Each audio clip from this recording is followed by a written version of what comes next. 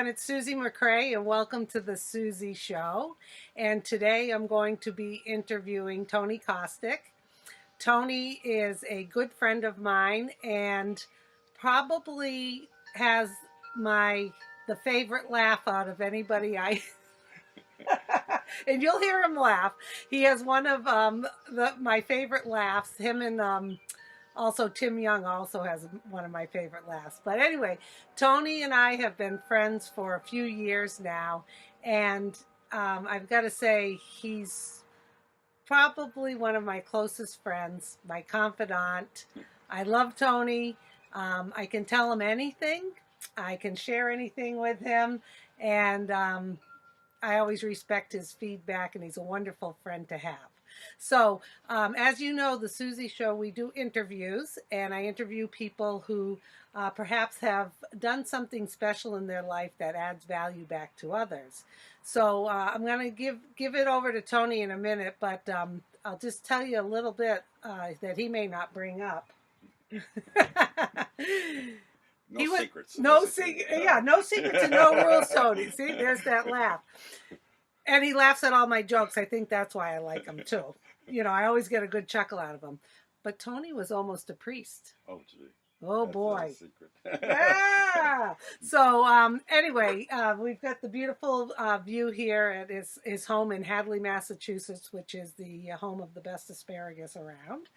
And with that, I'm going to just have Tony talk a little bit about those few special things he's done in his life besides being a retired high school teacher. So Tony, tell us the things you've done that you've enjoyed with gardening. I enjoy gardening because I was brought up on a farm, and so that mentality or that way of life has been instilled in me. Mm-hmm. So it was very difficult for me to get rid of that, throw that away.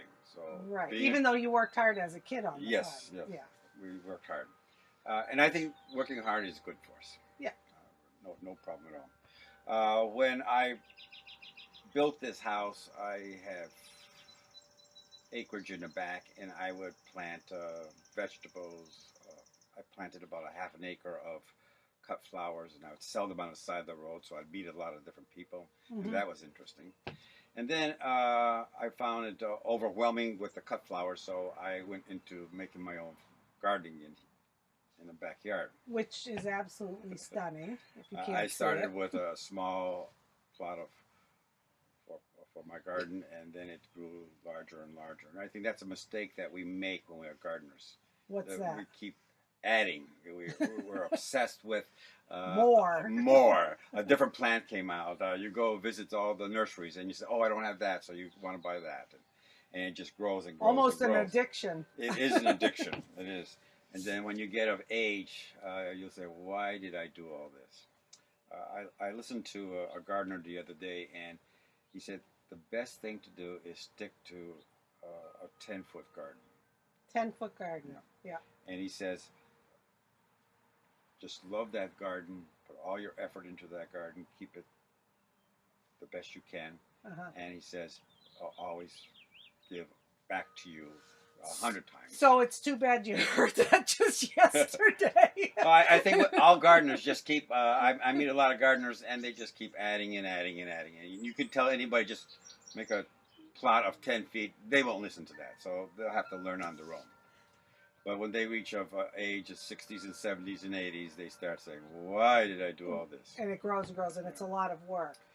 So I started the gardening, and I think I did it in honor of my parents because of their farming and their love of flower. My mother had a great love of flowers. After creating a cut flower garden and selling the bouquets on the side of the road, I stopped that and went into raising boxwoods, and I would sell boxwood on the side of the road. Which you have out in the front of your house. Yes, which I have in front of the house. After that, I had a problem with all my gardens, and the problem was that a lot of disease in the gardens. And brought up on a farm, we used... Don't worry, the dogs are part of it. I want to make sure you're inside here. Pull a little closer to me. There we go. I had difficulty with a lot of the plants. They were getting diseased. So I did a lot of research to see how I could change my methods of gardening. Even in Hadley, in this rich soil, you had disease. And I think the use of the various chemicals and fertilizers have killed the soil, in my opinion. Okay, yeah. And because I was brought up with that, I had a hard time giving that up. But after much research, I found the one thing that really changed my gardening, and the simple animal.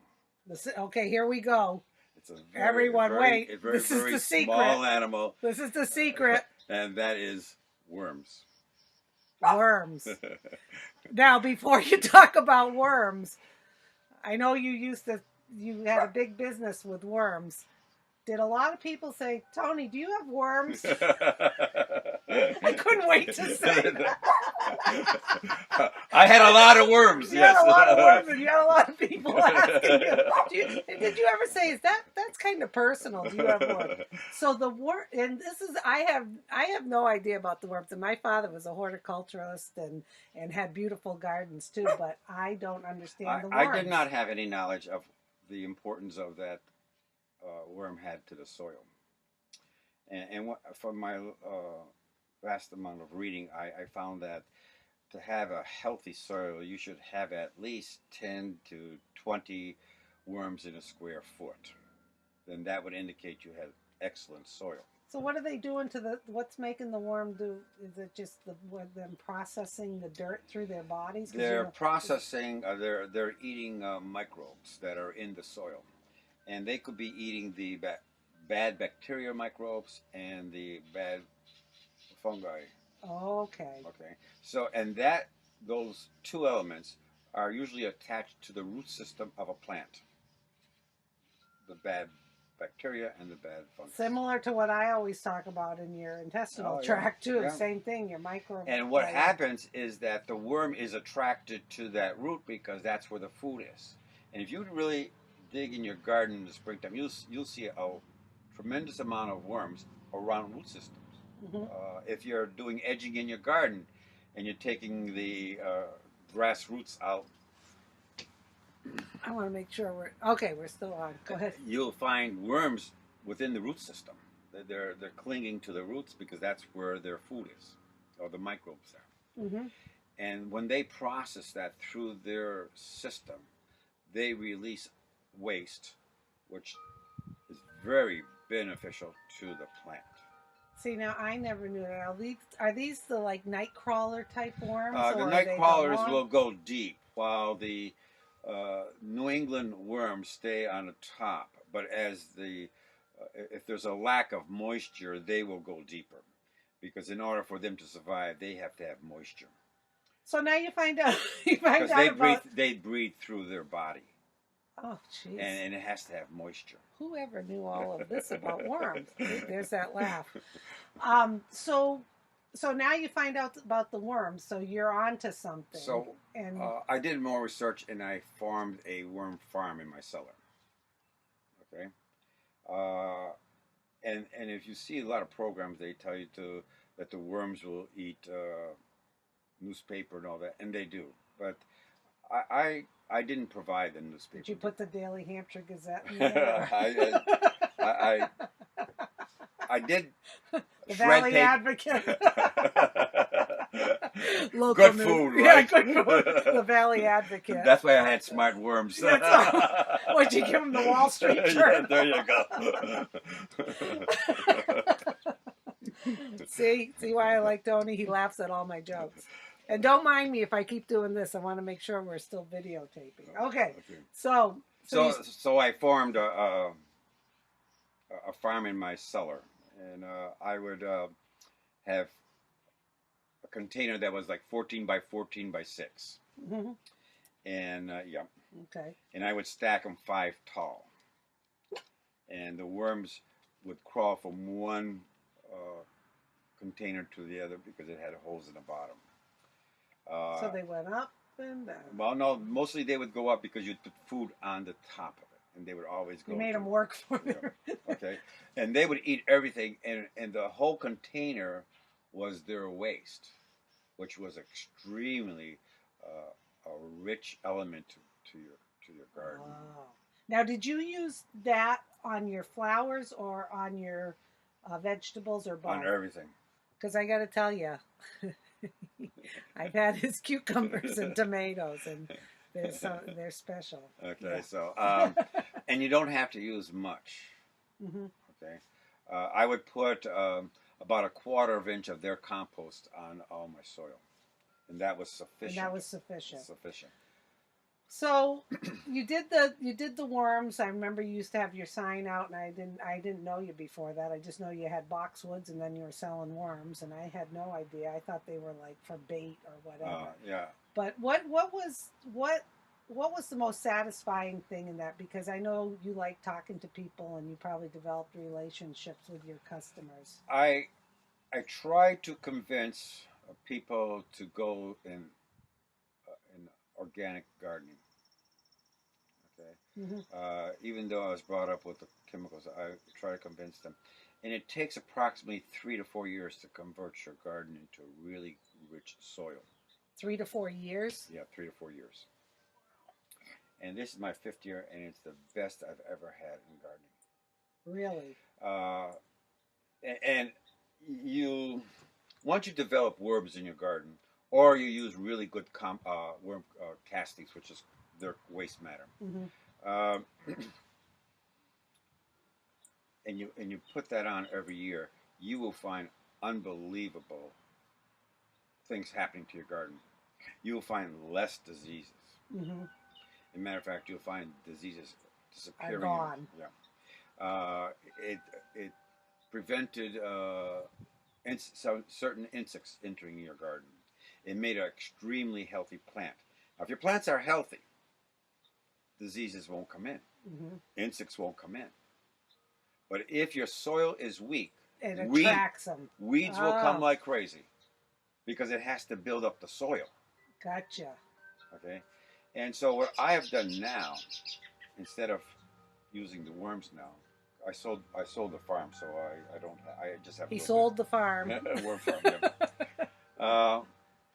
What I do now is that since I have my soil of high quality, in the springtime, I should start in the fall. In the fall time, I put shredded leaves on my garden. Mm-hmm. On top of that, I put a light amount of grass clippings on top of that. So here you have carbon and you have nitrogen put into your soil. And then in the springtime, I put a thin layer of wood chips on it. Really? Okay. And you do that every year. And the worms will come because worms will live. They just live for leaves. They live for the grass clippings. You put a pile of grass clippings. And then they must love the wood too. And they love. Once the wood breaks down, they love that. And you do that for like 3 or 4 years. Your garden's going to be unbelievable, and you'll have a tremendous amount of worms because that attracts. That's the Tony has a lot of worms, and he's got a beautiful garden to show. So, the one thing that I know is very, very special and part of what I'm doing on the Susie Show is there's different ways to take care of yourself. There's healthy ways, there's exercise, massage, acupuncture, therapy, different things.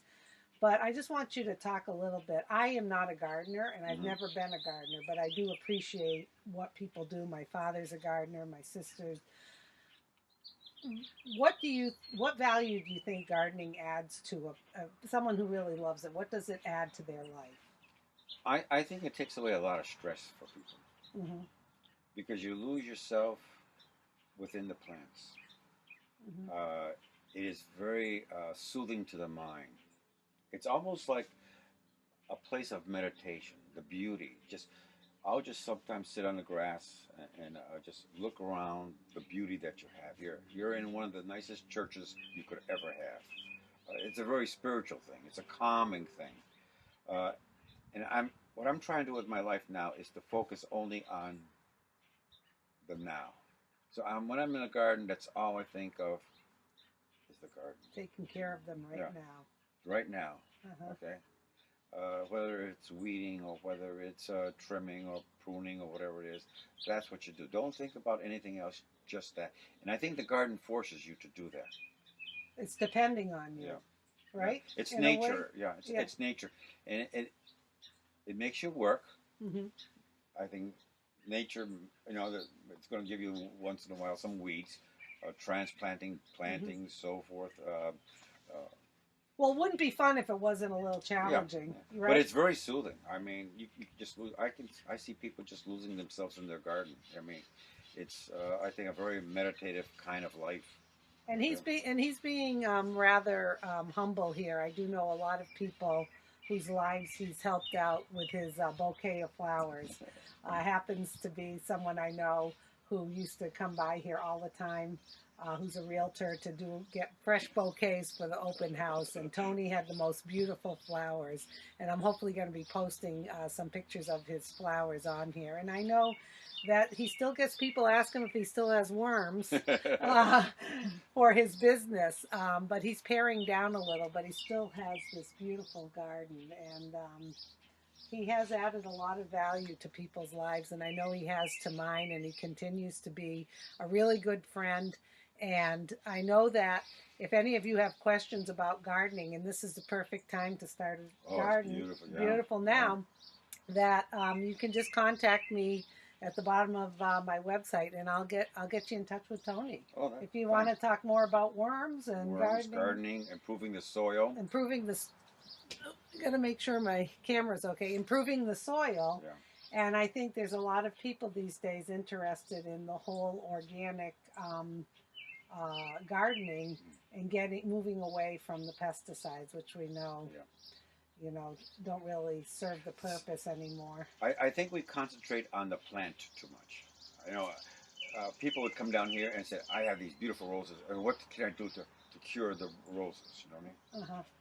And I hear that the worm castings really work. I says they do, but you have to improve your soil. And it's going to take you about 3 years. He says, "Oh, I won't even live that long." They all say that, and I'm still saying them, and it's 5 years ago. You know what I mean? Well, think of that to the human body. Yes. People who want to get healthy, like the flower that they want you to fix, the plant is putting a Band-Aid on it. Yeah, that's all it is. Whereas, just the whole theme of things is you got to take care of the inside, the roots, and all of that, and not just put a Band-Aid on things. And this is, it's very similar. It is. It's exactly the same. I think it's exactly the same. Yeah. Too many of us want that beautiful rose and think that putting a spray on it or something is going to cure it. That doesn't. You take care of the soil, and the soil. You don't have to worry about the plant. The soil will take care of that plant. So you're going to have some cucumbers and tomatoes for me this year? I hope so. Well, I have only 6 plants this year because I have learned that because the soil is so good, out of those 6 plants, I get more tomatoes than I know. I could ever you were use. trying to get rid of them last year. Yeah. Okay. So that's it, Tony. Thank you so much. You're if quite you can see, that's Kokomo, one of his katones down there. And I hope you guys enjoyed this interview. And if you have any questions, like I said, for Tony, fill out on my website below or just reach out to me, and I'll get the questions to Tony. All right. Thank you, Tony. Thank You're you. a good friend.